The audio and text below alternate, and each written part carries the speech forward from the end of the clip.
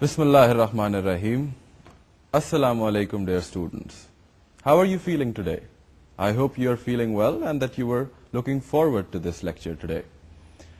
Now, if you remember, in the first two lectures, we tried to crack the main economic problem of scarcity. We saw that there were three dimensions to this problem. An economy had to decide what to produce, it had to decide how to produce, and it had to decide for whom to produce. Then we discussed three alternative ways in which this problem could be solved. There was dictatorship, in which only a few people decided the fate of the economy. There was the planned or command economy, in which the government was at the center and that decided how resources were to be allocated. And then there was the free market economy, which used the price mechanism as the rationing device. Now, we discussed the free market economy in some detail. We saw that in a free market economy, individuals were able to make independent choices. And this raised the question of rational choices and how individuals made rational choices. We also saw that in a free market economy, opportunity costs were important, and that given scarce resources, the increasing opportunity costs of producing one good was what economists were really concerned about. Now, in the second lecture, we developed the concept of opportunity cost and increasing opportunity cost, and we showed how the production possibilities frontier, and to see when the economy was on the PPF, we could demonstrate how producing more of one good implied an increasing opportunity cost in terms of the production of the other good foregone. We also saw that in a free market economy, or generally in any economy, it was important to see that marginal analysis was at the center of decision making and not total analysis. So we saw that economists were interested in marginal benefit and marginal costs and not total benefit or total costs, and we gave some examples of that. Now, in today's lecture, we are going to develop our understanding of the free market economy a little bit more. We're going to see what are the ethical implications of subscribing to the free market economy notion or the capitalist economy. We'll also see how once we've developed an understanding of the free market economy, we can stab into our analysis of demand, supply, and equilibrium in such an economy. So let's start by understanding the free market economy a little bit better, by understanding the final two components of such an economy. Now, if you recall, we saw that the free market economy had the price mechanism at the heart of it as the rationing device. And we also saw that a free market economy gave individuals the freedom to make independent choices. But the two things that we did not talk about in our previous lecture was that a free market economy characterizes individuals as selfish. So households are characterized as utility maximizers, firms are characterized as profit maximizers, and owners of economic resources, that is land, labor, and capital, are characterized as people wanting to sell their economic resources at the highest possible price. Now, this assumption that individuals are selfish has very important ethical implications. Some people might feel that this is not a good assumption to make. Why should we portray people as selfish? And that maybe some other assumption is better. Now, another assumption about how individuals should be characterized is that of altruistic preferences. What this assumption basically says is that individuals mainly worry about other people's benefits and other people's interests, more so than their own benefit or interests. And the example usually given is that of a mother, that a mother might be willing to sacrifice her own life in the interests of the child. So in that particular case, the child's interest is more important for the mother than her own. And so people say that it's important to recognize such altruistic preferences and incorporate them in economic analysis. However, economists argue that on average, the assumption that individuals pursue their own self-interest, their own selfish gain, is a safer assumption to make, and that on average it is not common for people to be more caring about other people's preferences or other people's benefits. And so the idea has gradually become accepted that individuals should be seen as selfish. Now, the ethical dimensions of this are very serious. Some people argue that by taking individuals as selfish, you're promoting greed in society, or materialism, or encouraging people to get involved in self-seeking behavior. And this is not the hallmark of a good society.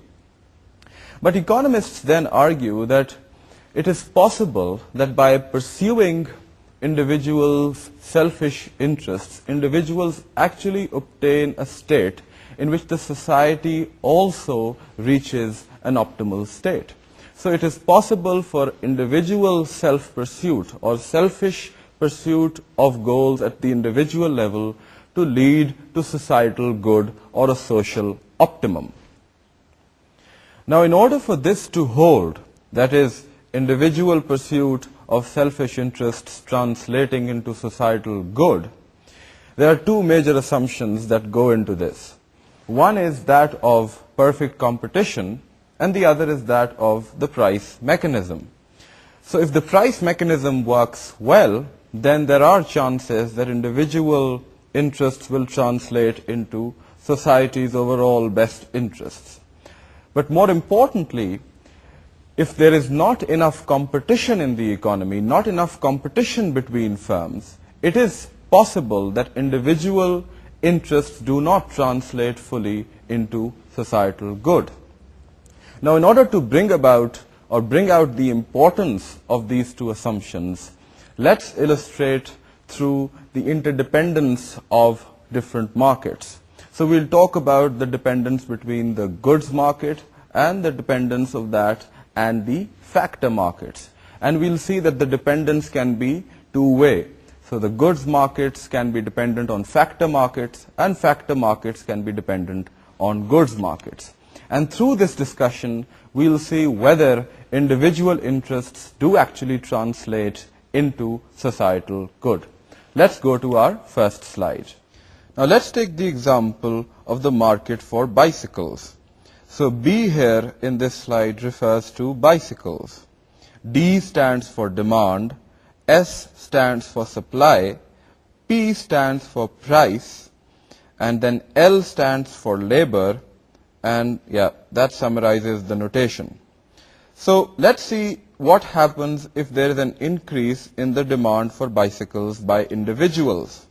And now we are going to see whether this increase in the demand for bicycles by individuals actually translates into a situation in which their demands are met by society or not.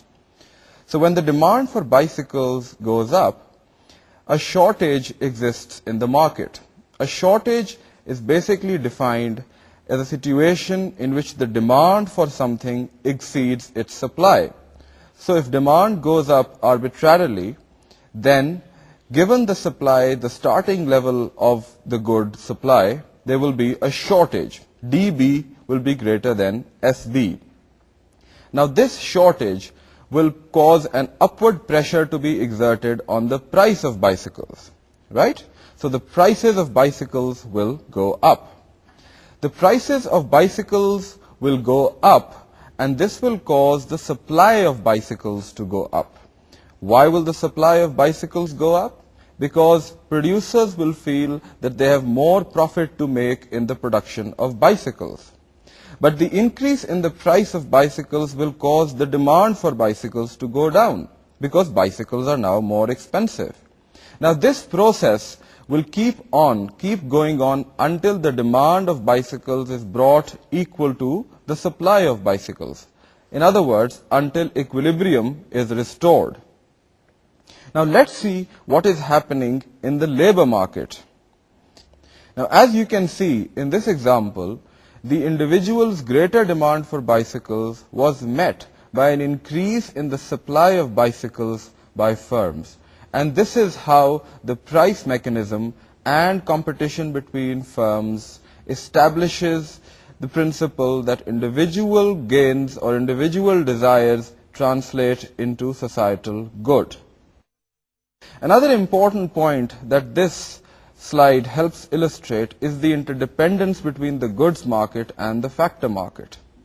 Now let's look at what are the implications of all this process above in the bicycles markets for the market for labor. Now as you know, labor, capital, land, these are the economic factors which are used in the production of any good.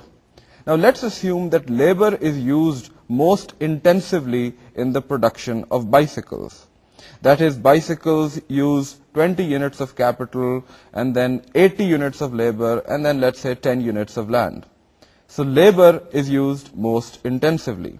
What will happen when the price of bicycles goes up and the supply of bicycles goes up as a result? Now as firms try to increase the supply of bicycles, they will need to hire more labor. This will bid up the demand for labor. Now as the demand for labor goes up, there will be a shortage in the labor market because DL will be greater than SL. This will cause the price of labor to go up. Now as the price of labor goes up, the supply of labor will increase. People will be more willing to work because the wage rate has now gone up. On the other hand, firms' demand for labor will go down because the price of labor, that is the wage rate, has become higher. Now this process will continue and the price of labor will continue to rise until DL equals SL and equilibrium is restored in the labor market. Now this interdependence in the goods and factor markets that we've just illustrated exists in the opposite direction as well, so that changes in the factor market can also affect the goods market. Now let's see what happens in this example in which we have the market for cars below. So the cars here are the goods that we are talking about. And in the factor market, we're talking about iron, which is used in the manufacturing of cars. Let's now assume that the supply of iron suddenly goes up. This could be, let's say, due to a discovery of iron ore in the country. What happens? When the supply of iron goes up, there will be a surplus in the market for iron. Demand for iron will be less than the supply for iron. And therefore, there will be a downward pressure exerted on the price of iron.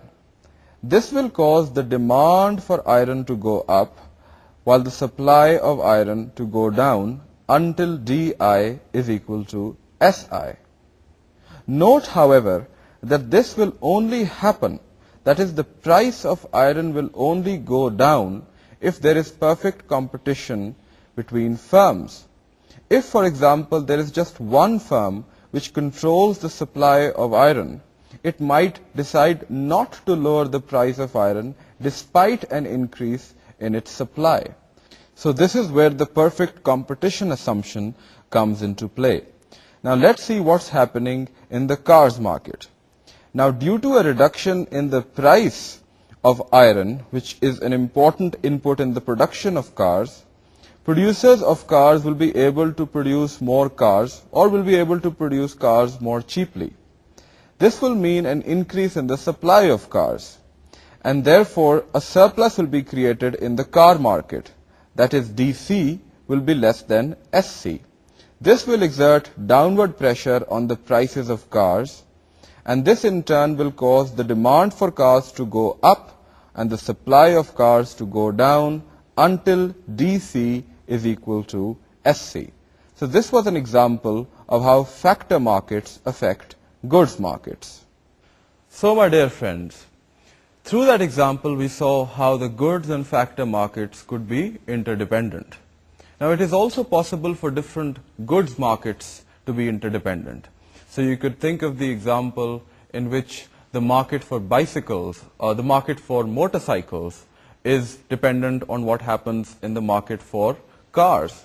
So if the price of, let's say, motorcycles goes down, then some people who were on the verge of deciding as to whether they should buy motorcycles or cars might decide in favor of buying motorcycles, and therefore that might cause a reduction in the demand for cars and therefore might produce a surplus in the car market.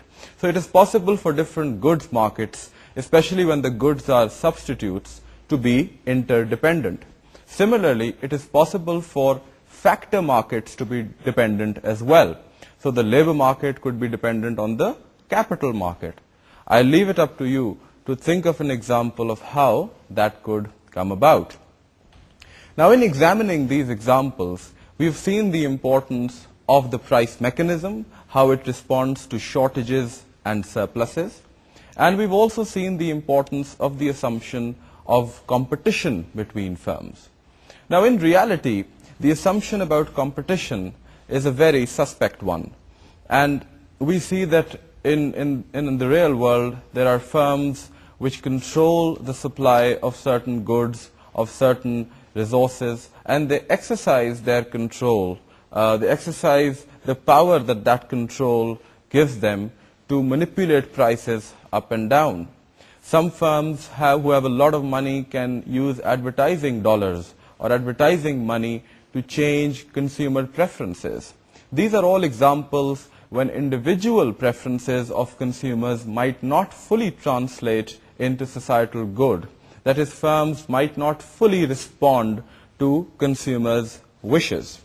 For all these reasons, and for a number of other reasons that we will discuss later, most economies, most market economies that we see around us are not pure market economies. They are in fact mixed economies. So they have features of both the planned economy and the free market economy. So when we are talking about comparing the benefits of the market economy versus the command economy, in reality, we are basically comparing the costs and benefits of economies which lean towards the free market and economies which lean towards the command economy. We are not really talking about a comparison of the two poles because they really don't exist in the real world. Now, given our slightly better understanding of the free market economy, let's stab into the heart of economics, which is demand and supply analysis.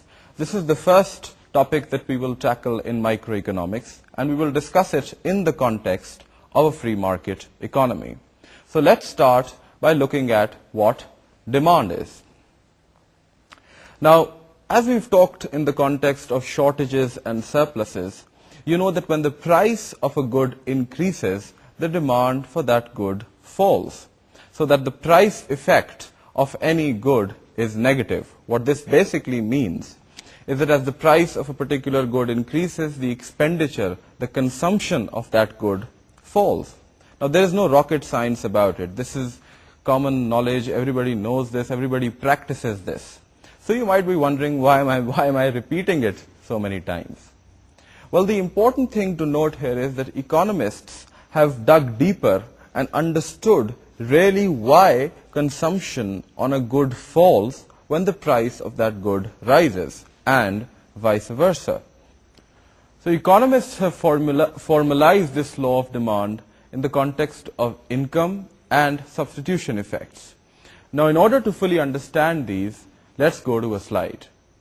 Now, the price effect can first of all be summarized as the law of demand, which basically says that as the price of a good increases, its quantity demanded falls. Now, note here that the quantity demanded does not refer to potential quantity demanded, but to actual quantity demanded. So, for example, if the price of Mercedes-Benz cars increases, your potential demand for Mercedes-Benz cars might still be very high, but the actual amount that you will spend on Mercedes-Benz cars will probably only be equal to zero because you're still first-year undergraduates. So when we talk about quantity demanded, we refer to the actual expenditure consumers are willing to make on a particular product. So now, given that better understanding of the price effect, let's see how it can be split into income and substitution effects. Now, as you can see here, the income effect is basically the effect of a change in price on quantity demanded arising from the consumer becoming better or worse off as a result of the price change. Whereas the substitution effect is the effect of a change in price on quantity demanded arising from the consumer switching to or from alternative products, which can be called substitutes. Now let's look at an example through which we will illustrate the income effect. Let's say we have a rational consumer who is faced with the decision to buy wheat or rice using rupees 100. So he can either spend his money on the purchase of wheat or on the purchase of rice. Let's say the price of wheat in the market is rupees 15 per kg and the price of rice is rupees 5 per kg. So he can technically use his rupees 100 to buy 6.6 kg of wheat or 20 kg of rice. But in the actual scenario, let's see he buys 4 kg of wheat, so that he spends rupees 60 on wheat, and he buys 8 kg of rice, that is, he spends rupees 40 on rice. This will totally exhaust his income of rupees 100.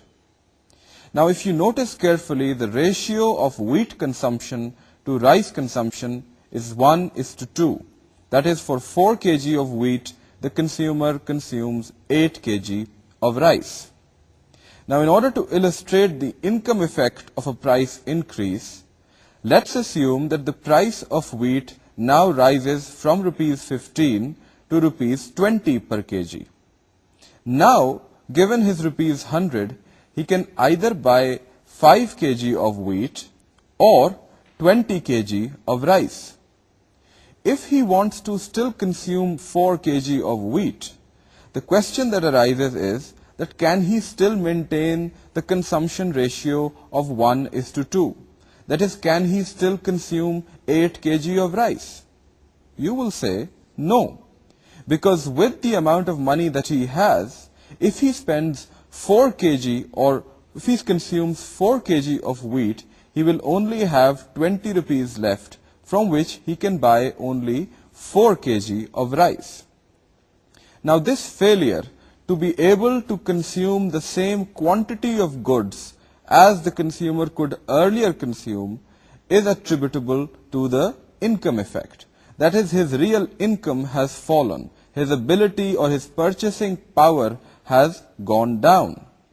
When we say that the income effect is negative, what we mean is that as the price of a good increases, the consumer's purchasing power or income falls, and because his income falls, his consumption of a particular good falls as well.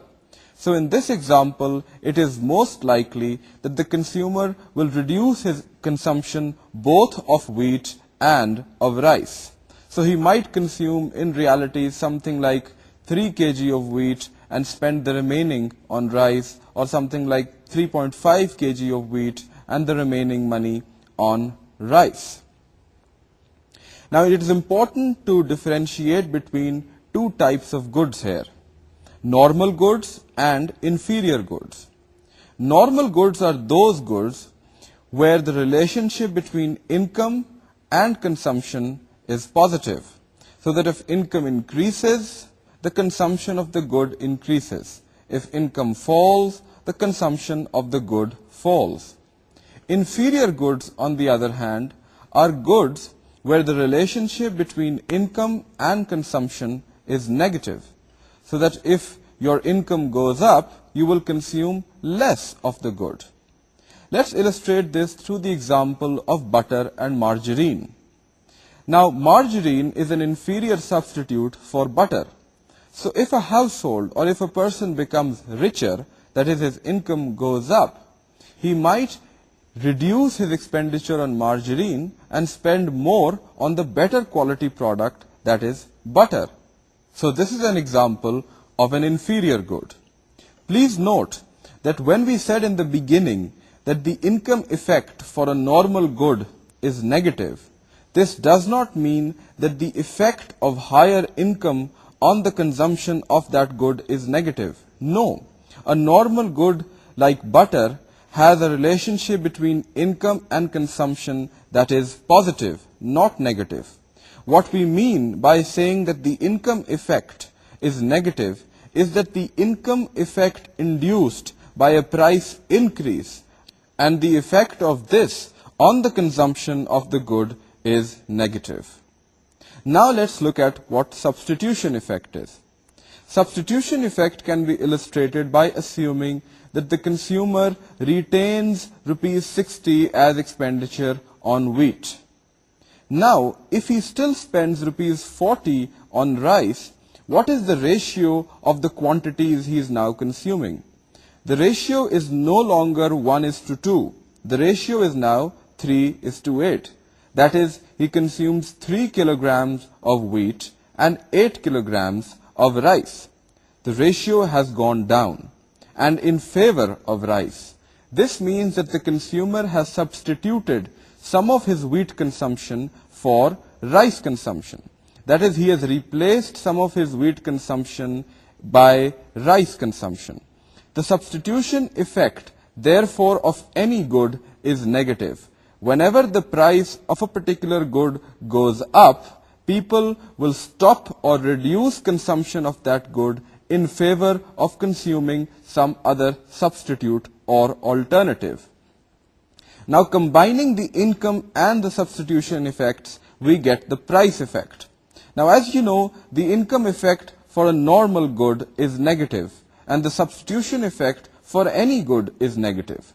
So that the price effect of a normal good is unambiguously negative, and this is what the law of demand says as well.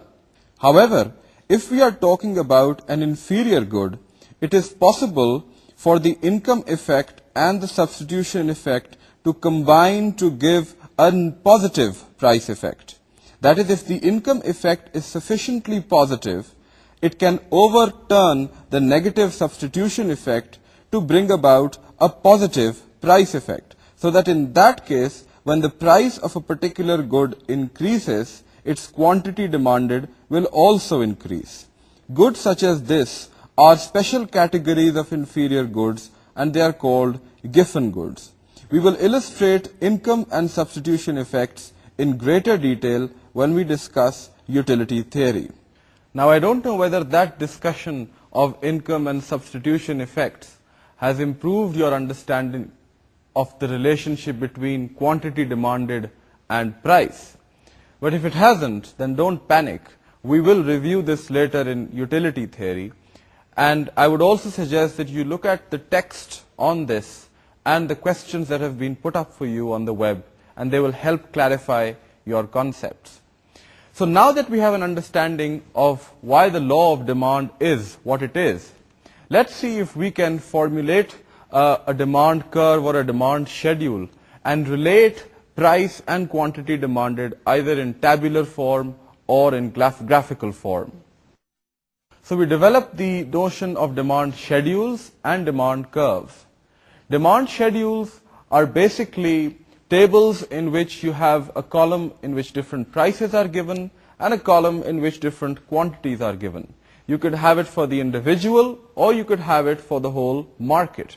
Similarly, you could draw these or plot these figures onto a graph in price quantity space. So price on the vertical axis, quantity on the horizontal axis, and then you would get a negatively sloping demand curve.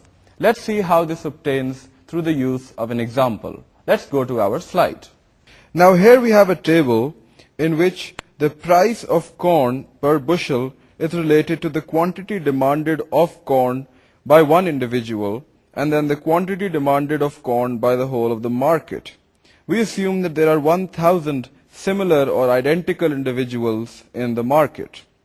So let's see, for example, at the price of $5 per bushel, the quantity demanded by any one individual is 3.5 bushels per month. Per month here stresses the fact that this is quantity demanded, that is actual quantity demanded and not potential quantity demanded, which could be unlimited. So at a price of $5 per bushel, the quantity demanded is 3.5, whereas the quantity demanded in the market as a whole is 3,500, which is simply 3.5 multiplied by 1,000, or 3.5 added 1,000 times.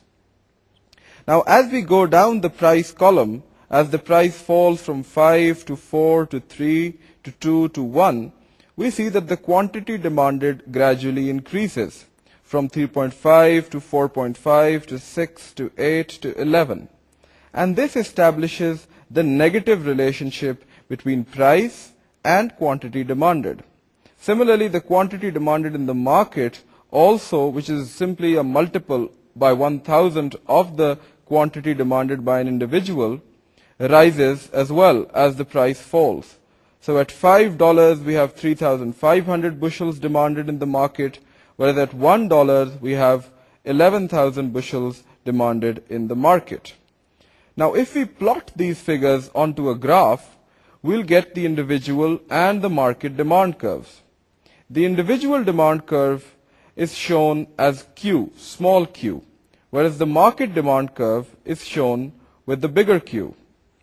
Now as you can see, the small q, the individual demand curve, is a downward sloping curve. And if we aggregate it across 1,000 individuals, we get the market demand curve. Once we have the market demand curve, we can now talk about shifts in this demand curve and movements along the demand curve. Now this is a very important distinction. Shifts in the demand curve mean that when a factor other than price changes, the demand curve has to be redrawn. And usually it involves shifting the demand curve either to the right or the left. So you redraw the demand curve either to the right of the original demand curve or to its left. Movements along the demand curve happen when we are talking about changes in the price of the good, which is already shown on the vertical axis. So if there is a change in the variable shown on the vertical axis, which is price in this case, we are talking about movements along the demand curve. But if we are talking about some other determinant of demand which changes, then we are talking about shifts in the demand curve. Since this is a very important point, let's clarify it further through another graphical illustration. Now if you look at this graph, you'll see that we have plotted on the left-hand side a graph of income against quantity demanded. Now income is also a determinant of demand. As your income increases, your demand for a particular product increases because your purchasing power increases. Therefore, the demand curve is now upward sloping. Now a movement along the demand curve would be caused by a rise in income, right? However, a shift in the demand curve would be caused by a change in any other factor than income. So if any other determinant of demand, let's say the price of the good, increases or decreases, the demand curve would shift. So if the price decreased, there would be a rightward shift in the demand curve, because at any level of income, consumers would want to demand more of the commodity. On the right-hand side, you have the familiar price-quantity graph in which we have a downward sloping demand curve. As we move down the demand curve from a northwesterly position to a southeasterly position, price falls and quantity rises. However, if we now want to evaluate what the impact would be of an increase in income on this graph, we need to talk about a shift in the demand curve. Essentially, we redraw a new demand curve to the right of the original demand curve. So whenever a factor other than that shown on the vertical axis changes, we are talking about shifts in the demand curve.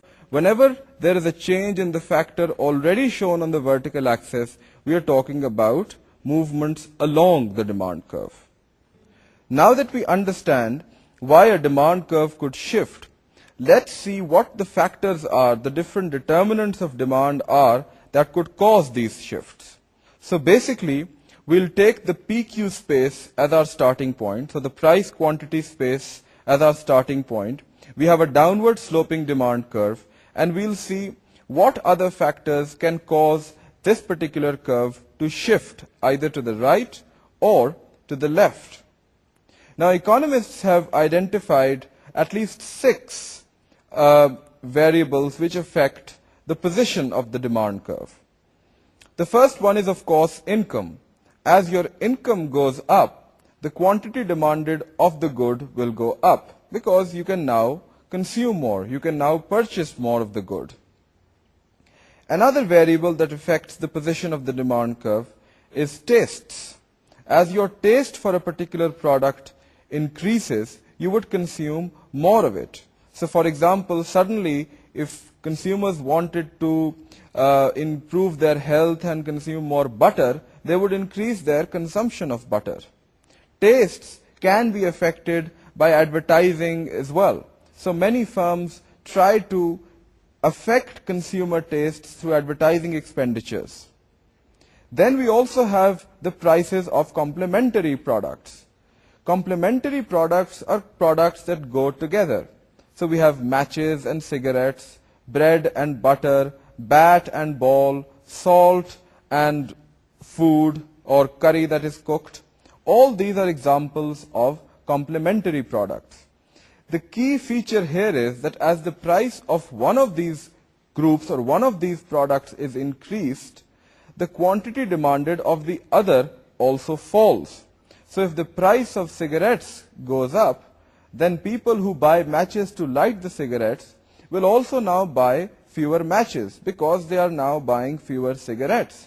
Similarly, if the price of butter went up, then consumers might want to consume less bread as well because earlier they used bread to eat with the butter, but now because they're reducing their consumption on butter, they might reduce their consumption of bread as well.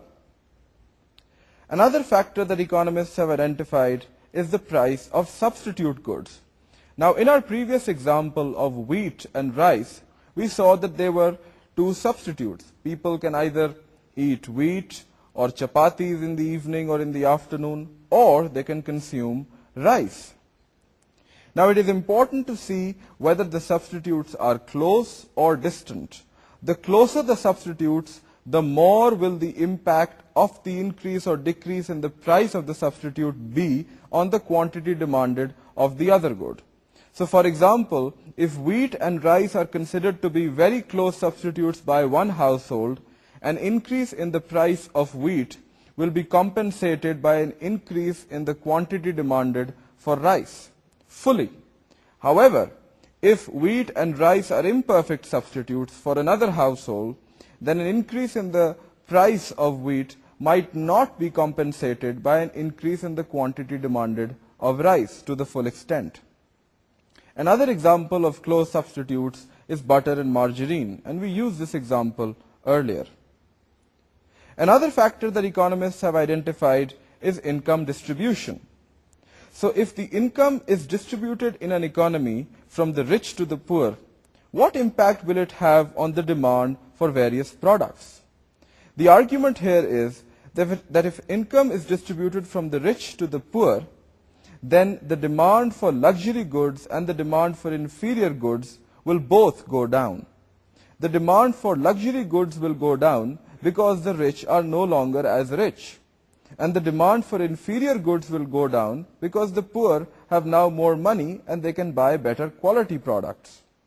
If the income is distributed from the poor to the rich, unfortunately, then the demand for luxury goods will increase and the demand for inferior goods will also increase. The first will increase because the rich are now richer, they have more money to spend, and they have a natural preference for luxury goods, whereas the demand for inferior goods will increase because the poor have now less money and therefore will have to buy more of the inferior products. Finally, demand depends on future prices of commodities. If the price of a commodity is expected to rise in the near future, then consumers would like to buy a lot of that commodity today and then stock it up so that they don't have to buy a lot of that commodity in the future at the higher price. If, however, the price of a particular product is expected to fall in the future, then consumers will defer their expenditure today and wait for the price to actually fall and then consume it at that later date. So all these factors, changes in all these factors will cause shifts in the demand curve. An increase in income will cause the demand curve to shift to the right. A decrease in tastes will cause the demand curve to shift to the left. An increase in the price of complementary goods will cause the demand curve to shift to the left. A decrease in the price of substitute goods will cause the demand curve to shift to the left. An increase in the income held by poor will lead to the demand of inferior products and luxury products going down. So the demand curve for inferior and luxury products would both shift to the left. And an increase in expected prices of goods will mean that the demand curve will shift to the right as consumers will attempt to buy more of the product today. Now there we saw how demand and price relationships could be presented in the form of demand schedules and in the form of graphs or demand curves. However, demand and price relationships and the relationship of demand with some of its other determinants can also be presented in the form of demand functions. Demand functions are basically like equations. So you have the quantity demanded on the left-hand side of the equation and a function of all the other determinants on the right-hand side. So let's go to a slide to illustrate what a typical demand function would look like. Let's go to our slide. Now here we have the simplest form of a demand function. We have QD on the left-hand side of the equation, and it is equal to f, where f is a function of PG, T, PSI to PSN, PCI to PCM, Y, B, PGE, T plus 1, where these terms mean as follows. PG is the price of the good, T stands for tastes, PSI to PSN are the price of substitute goods, PCI to PCM are the prices of complementary goods, Y stands for income, B stands for income distribution, and PGE T plus 1 stands for the future movements in prices. Now sometimes it is not possible to write down these complex demand functions with all the variables in there. For example, it might be very difficult to put values for income distribution or tastes or future prices. So sometimes economists present these demand functions as bivariate functions, so that you have just one variable on the right-hand side. Equation 1 is an example of one such bivariate function. We have QD is equal to A minus BP. Now putting values for A and B, which are usually estimated from regression analysis, which is beyond the scope of this course, we have equation 2, which would be QD is equal to 10,000 minus 200 P. Now if we plot it in QD and P space, we can generate the demand curve as B, where the demand curve intersects the Q axis at 10,000 and intersects the P axis at 50. Now if you are intelligent, you must have spotted that we are drawing this curve in QP space and not in the familiar PQ space. Now this is an important distinction. Technically, I think we should have always drawn demand curves in QP space, because Q is the dependent variable and P is the variable which causes changes in the dependent variable. However, by convention, and also because we are usually interested in the changes to equilibrium price, we draw demand curves in PQ space instead of QP space. So if we plot the same function in PQ space, we see that on the vertical axis we have the curve intersecting price at 50, and on the horizontal axis intersecting that axis at 10,000. Now shifts in the demand curve B prime will be caused by changes in the value of this figure 10,000. If 10,000 increases to, let's say, 12,000, we'll move to C, which is to the right of B. If 10,000 falls to 8,000, we'll move to the left of B prime to A prime, where the price now intersects at 40.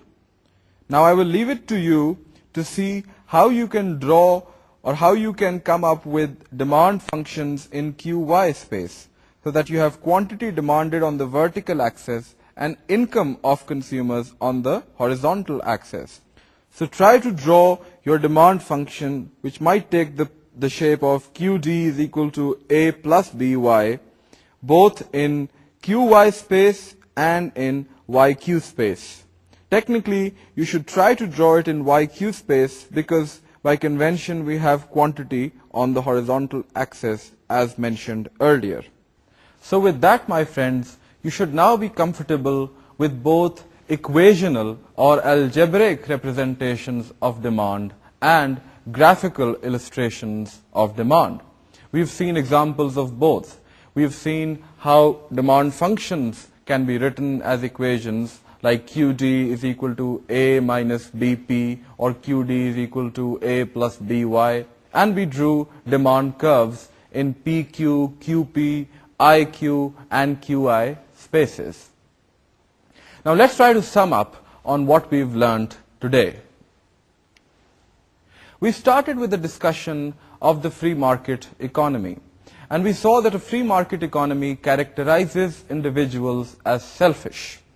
So households were seen as utility maximizers, firms were seen as profit maximizers, and owners of economic resources were seen as trying to obtain the maximum price at which they could sell or offer their resources, that is land, labor, and capital. We saw that there were ethical implications of this assumption that individuals were selfish.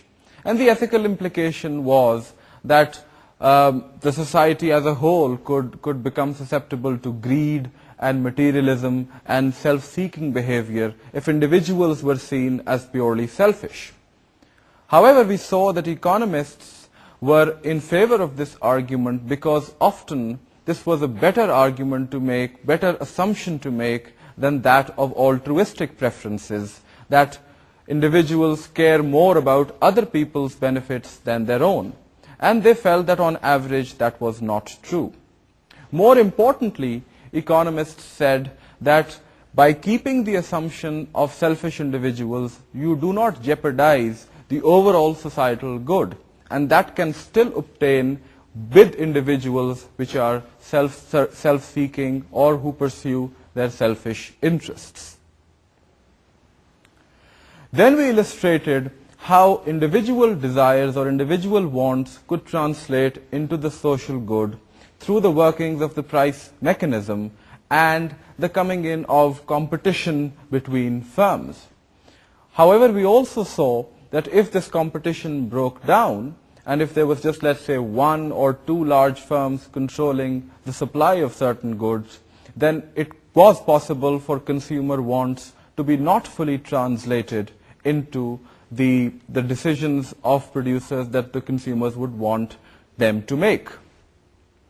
We also saw how different markets were interdependent. We saw how goods markets and factor markets interacted, how changes in the demand for a good affected changes in the demands for factors which were used intensively in the production of that good.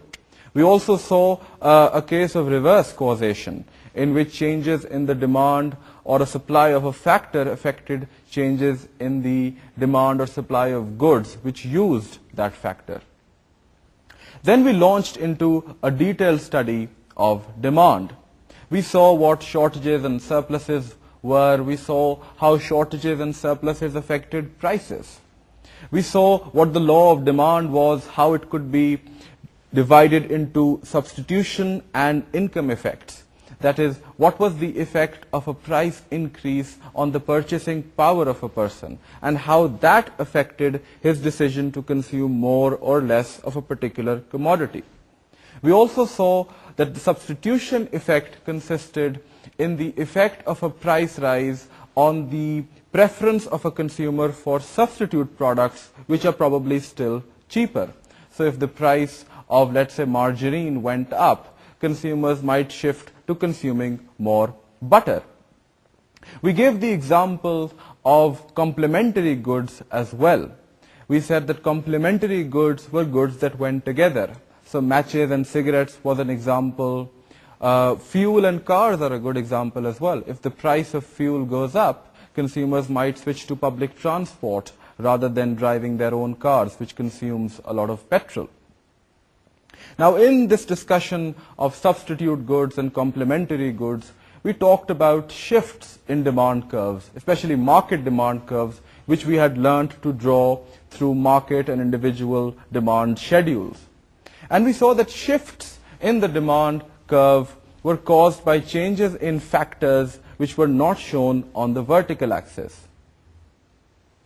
On the other hand, movements along the demand curve were caused by changes in the factor which was shown on the vertical axis. So if we were drawing the demand curve in PQ space, then movements down the demand curve or up the demand curve would be caused by changes in price, which is shown on the vertical axis. On the other hand, if we were drawing the demand curve in IQ space, that is income quantity space, then that would be an upward sloping demand curve, and then movements up or down the demand curve would be caused by changes in the income level of individuals. And then finally, we discussed demand functions, which I just summed up before I began the broader sum up. So that, my friends, basically concludes today's lecture. In tomorrow's lecture, we'll look at supply. And then later on, once we've combined our understanding of supply and demand, we'll look at equilibrium analysis. Let me warn you that with these lectures, we are now gradually moving closer and closer to the heart of economics. It is very important for you to understand these concepts of demand and supply fully. And in order to do that, I would suggest go home and practice some of the questions that have been put up on the web for you. By attempting those questions, you will develop a familiarity with the notation used, the graphical illustrations, and this will mean that once you see these questions in exams, you're more likely to get them right. So with that note, I say Khuda Hafiz and Assalamu Alaikum.